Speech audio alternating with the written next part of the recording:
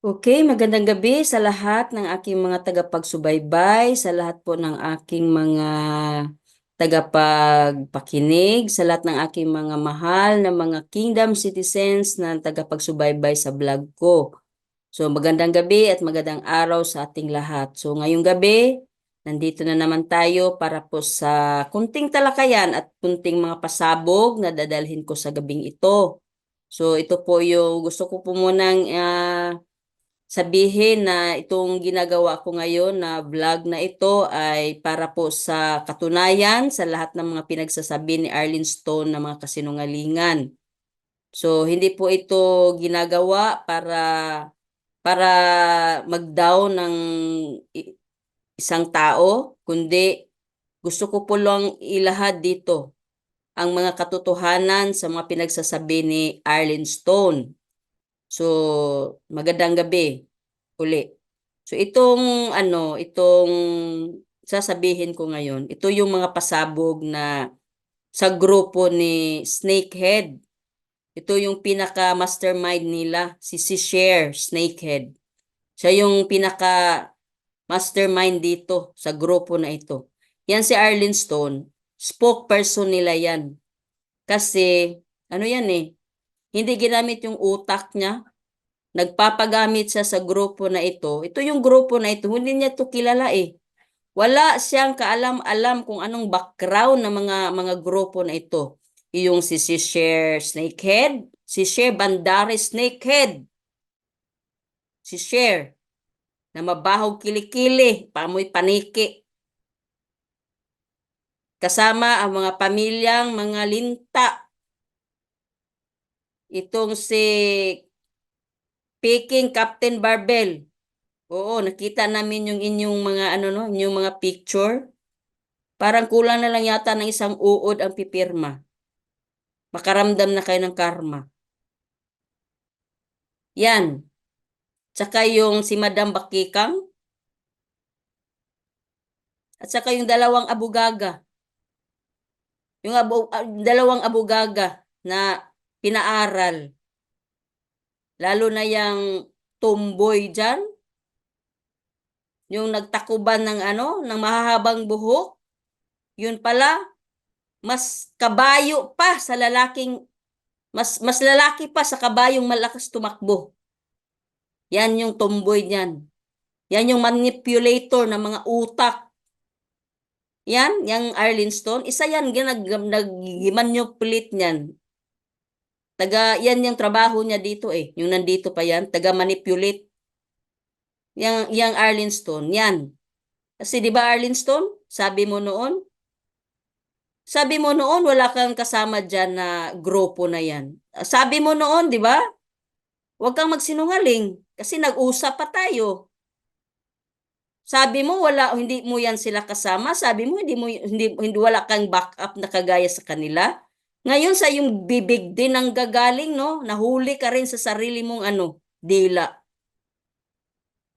Sinabi mo na pag-alis nila diyan sa compound nung naglaya sila, dala-dala nila ang mga kaban-kaban na pera. Pumunta agad sa'yo, tapos ikaw pa magtatanggol? Bakit sila sinabihang magnanakaw? Pumunta nga sila dito sa akin kasi wala silang pagkain. Wow! Mas alam mo pa, no, ang nangyari. Gamitin mo utak mo, day. Pamasahe pa lang nila papuntang US, saan galing yan? Ninakaw nila yan, mga magnanakaw yan. Tapos pinagtatanggol mo na wala silang pera? O baka pagdating dyan, kasi matagal na kayong nagpaplano sa lahat ng mga gagawin ninyo, di ba? Pagdating dyan, tapos sabihin mo sa akin na wala, hindi mo yan sila kasama. Sinungaling ka talaga. Certified liar, Arlene Stone. Diba? Grabe ka kasinungaling. Tapos ngayon, pinagtatanggol mo sila, no? Binabasa mo yung dapat mong sabihin sa kanila, no? Kung ano sila, kasi hindi mo sila kilala eh. Kilala namin yung mga yan. Para yung mga sino dito. Ikaw, uto-uto ka. Uto-uto ka. Dahil sila, walang mga papers, mga sampid lang dyan sa US, nagpasasaklulo. Kasi alam nilang hahabulin sila ng kaso dito sa Pilipinas. Oh, pagtanggol mo yan sila, Arlene Stone. Kasi ikaw ang mas maraming alam kaysa amin dyan sa kanila. Oh, di ba? Ikaw tumboy. Di ba sabi mo? 5,000 lang ang buhay ng tao kaya mong ipapatay? 5,000 lang, di ba? Kaya yan ang pinagtatanggol mo, Arlene Stone. Kauto-uto mo na lang talaga. Hindi mo talaga ginamit yung utak mo kung paano kanila niloko. Pero mo ginamit nila ang iyong papers dahil ikaw, citizen ka dyan kasi nakagamit ka ng kano. Di ba? Ginamit mo yung stone na yan. Saan na ang may-ari niyan? Gijunk mo, di ba? Pero hanggang ngayon, yan pa rin ang ginagamit mo. Kasi dyan ka nabubuhay. Yan ang dahilan kung bakit ka nakarating ng Amerika nang gagamit ka ng kano. Pagkatapos, gijunk mo. O, sige nga, mag-meeting nga kayo dyan. Sinong manggagamit sa inyo, di ba? Kayong lahat manggagamit kayo, di ba? Sige. Tapos, sino ang pinakamanggagamit sa inyo dyan? Number 1, si Sher Bandare. Kawatan. Kakahiya ka. Magnanakaw kang dako. Parang ano yung mga pinagagawa mo dito sa sa loob. Pinagkatiwalaan ka lang diretso diyan. Tapos ganyan ka magnanakaw. Tapos ikaw, Arlene, tanggol-tanggol ka pa, binabasa mo pa kung ano yung dapat mong sabihin sa kanila. Anong alam mo sa kanilang background? Uto-uto ka, di ba? Hindi mo alam na yung mga pinagsasabi mo, dinagdagan mo lang yung pagkasinungaling mo. O di ba mga kababayan? Tingnan mo. Tingnan ninyo yung babaeng ito. Dahil sa pera, wala na siyang kilalang mahal sa buhay. Hindi na niya naisip na yung mga mahal niya sa buhay, apektado. Dahil mas kilala siya ng marami kung anong mga kabalustugan ang pinagagawa niya noon pa. 'Di ba, Arlene Stone? Booking ka sa sarili mong dila. Grabe no, kasinungaling mo talaga no. Grabe kang makapagtanggol sa kanila no. At least ako, pinagtanggol ko si pastor, kilala ko siya. Kilala ko ang taong nilalait ninyo. Kilala ko ang taong sinisira ninyo. Kilala ko ang taong ginagamit ninyo. Mga walang hiya kayo. Walang hiya kayong pamilya kayo dyan. Diba, Arlene Stone? Kumusta ng pamilya mo ngayon? Kumusta? Kumusta mga anak mo? Hindi ba sila apektado sa mga pinagagawa mo? Kumusta ang mga side ni Jason? Hindi ka na konsensya sa kanila? Sirang-sira na ang kanilang pamilya dahil Stone ang kanilang apelyido, pero anong ginawa mo? Kaya Arlene, manggagamit ka talaga. You are certified liar and you are certified manggagamit. Kaya di mo inaasahan, no? Na ganito ako kapalaban. Oo, kasi kilala mo ako, hindi talaga ako palaban. Hindi ako palaban, Arlene, sa mga kabulastugan na alam mo. Hindi ako palaban sa makasinungalingan na pinaggagawa mo. Hindi ako palaban sa pagiging manggagamit kagaya mo. Pero palaban ako sa katotohanan dahil alam ko kung anong totoo. Di ba? Nga, yan ang pinagtanggol mo, Arlene Stone. Nagkandahirap ka, paano mo sila ipagtanggol, no? Sinabi mo pa, nag-graduate sila sa Ateneo. Wow, ha? Ateneo kayo nag-graduate? O ngayon, bakit sabihin mo si pastor hindi marunong magpapaaral? Tapos may nag-graduate pala ng Ateneo? O ano ba? 'Di ba? 'Di ba? Nahuli ka sa sarili mong dila na ikaw sinungaling ka at marunong kang magpurma-purma ng mga storya. Nilalait mo si pastor, sinisira mo na si pastor, hindi marunong magpapaaral. Ngayon sa'yo rin ang galing na yung mga abugagang kasama mo dyan, nag-graduate sa Ateneo. Day, di mo na alam yung mga pinagsasabi mo. Yan, yan talaga ang mga mangyayari sa mga sinungaling. Nahuhuli sa sarili niyang mga dila. Kawawa ka lang kasi grabe ka ano, manggagamit ka kasi kaya hindi mo alam na ikaw ginagamit ka din dyan sa mga alipores na yan na galing dito. Kala mo kilala mo sila. Ang galing-galing mo ano diyan, magbabasa kung ano. Kayo, nagpi-feed kayo diyan? 'Di ba? Kinakawawa ninyo yung kapatid ko diyang uto-uto. Kinakawawa ninyo. Binibigyan ninyo kung ano yung sasabihin niya, pinifeed ninyo. Kasi walang alam yan. Kahit tuldok sa buhay niyo, wala siyang alam. Ginagamit ninyo siya. Una, dahil manggagamit ka, Arlene Stone. Kaya, naggagamitan kayo dyan. Kaya huwag ka magkumpiyansa dyan. Kasi yung tomboy dyan, sa kanila galing yung 5,000 lang daw ang buhay ng tao kaya nilang ano, ipatumba. Sa mga ano ninyo, no? Kaya huwag ka magkumpiyansa dyan. Yan nyo mag-ano sa'yo. Yan ang muunay sa imo, Arlene Stone. Sa imong katanga, o sa imuhang kauto-uto. Tapos, dami mo pang grabe pagsusumikap mo, no? Sila, ang sarap-sarap ng buhay nila, no?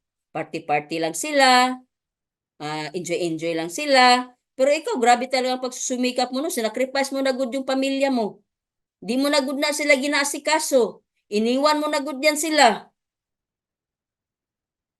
Yung tao na ginamit mo rin, iniwan mo na rin. Di ba?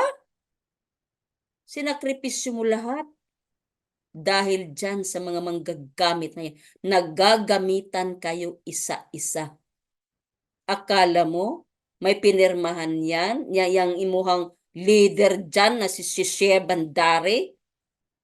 Akala mo may gipirmahan yung document dyan sa inyong mga ginagawang mga kaso-kaso? Walang pinirmahan yan. Walang pinirmahan yan. Scammer yan. Kaya kayo niyan. Iwanan. Panahon na kayo na ay haharap na sa inyong account, sa inyong kabayaran. Kaya kawawa ka lang. Kawawa ka lang, Arlene Stone. Dahil sa katangahan mo. Ang bugira ka kasi. Mayabang ka. Pinagyayabang mo yung Amerika mo. Hindi mo alam kung paano ka nakapato ng Amerika? Kung ikaw, hindi ka pa hambugira, dapat tiningnan mo paano ka nakapatong ng Amerika. Sinong mga taong ginamit mo? Sana marunong ka ring magpakumbaba, no? Para naman yung pamilya mo, hindi sila masama sa mga sumpa na pinagtipon-tipon mo. Pinag-ipon-ipunan mo sila ng sumpa, Arlene Stone, sa mga pinagagawa mo. At ito pa, no? Grabe sa pagsusumikap mo, no? Grabe talaga sa pagsusumikap mo. Kasi, pumunta ka ng Thailand, di ba? Huwag ka magsinungaling. Pumunta ka ng Thailand at alam namin kung anong ginagawa mo sa Thailand. Kaya abangan mo yan. At saka, nag-hire ka ng husband for 3 months, for 2 months, or for 3 months. Husband baga? Ang husband, ang alam ko sa husband, ikinakasal yan eh. Pero kung gagamitin mo lang ng 3 months at i-junk mo pagkatapos, anong tawag niyan? Ginagamit mo para sa sarili mong interes. Magkanong bayad mo sa mga sinahard mo? Magkano? Sana naman binayaran mo siya, no? Sana binayaran mo, Arlene Stone. Sana hindi yung pagka babae mo yung binayad mo. Kasi ikaw mahilig ka magkamit at ibabayad yung sarili mo.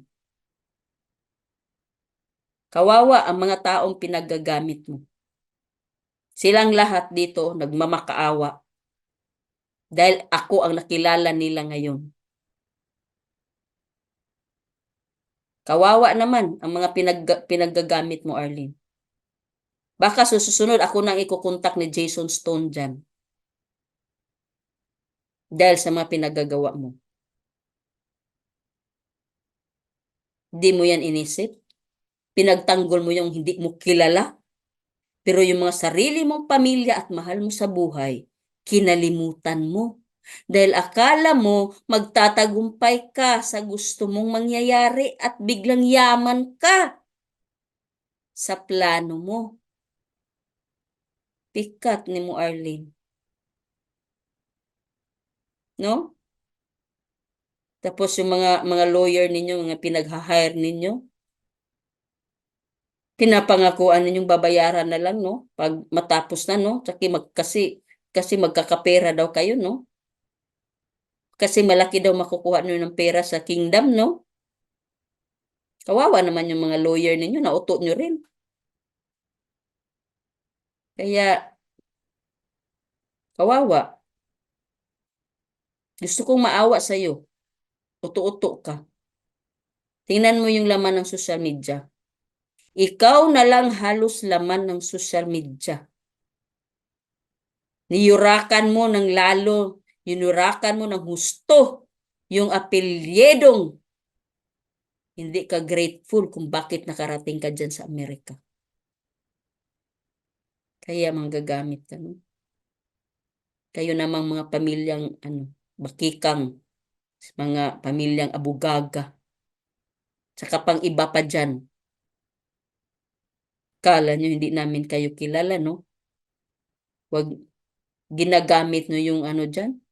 Nagpatanga-tanga kong kapatid.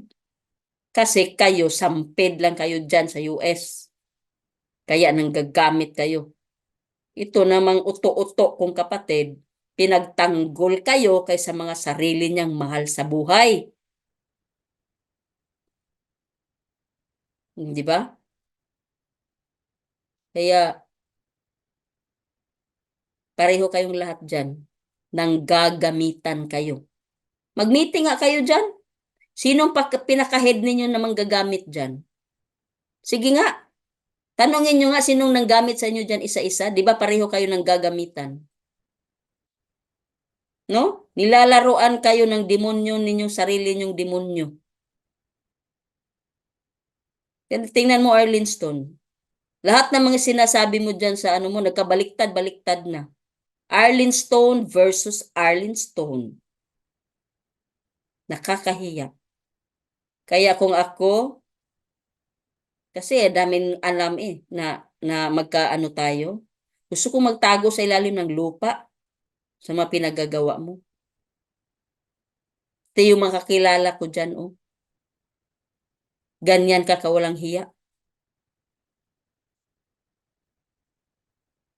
Kaya, sana na konsensya ka sa mga nangyayari dyan sa pamilya mo. Hindi bali sa akin. Kasi walang nangyayari sa akin. Walang apektado sa akin. Ang sa akin lang, gusto kong ipaalam sa buong mundo na ikaw ay isang certified manggagamit at sinungaling. Kaya naging ganito tayo. At kayo naman mga osisero, na mga vloggers ko, no, na gumagamit dito sa vlog ko, sa video ko, ayusin ninyo. Huwag nyong dagdagan kung ano-ano pang sasabihin ninyo, ha? Baka susunod, i-mention ko na kayo dito. Ginagamit nyo yung video ko Tapos dadagdagan ninyo ng mga sasabihin ninyo? Bakit? Kilala nyo ako?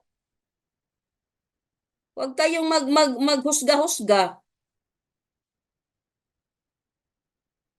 Tapos gagamitin niyo pa, yan ba yung tinuturuan ni pastor? Ano ba? Ganyan ba magsalita? Yes! Ganito kami magsalita basta jablo ng kaharap ko. Ganito ako magsalita basta demonyo na ang kaharap ko. Pero pagdating sa pag-ibig, marunong kaming umibig ng kaaway. Sabihin ninyo, kung marunong kaming umibig naman, dapat man, tapos na. Di ba? Kaya wag kayong maghuhusga dyan sa inyong mga vlog dyan na gagamitin ninyo yung vlog ko.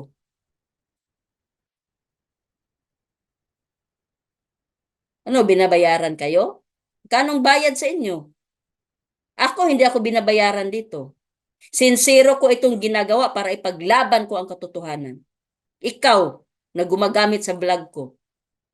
Sabi mo, sinusubaybayan mo yung vlog ko? Sige, subaybayan mo yung vlog ko. From 1 to 17. Sige. Huwag mong dagdagan. Kung ano-ano na lang pinagdadagdag ninyo. Hindi ako bayaran. Hindi ako kagaya ninyo na vlogger para kayo kumita.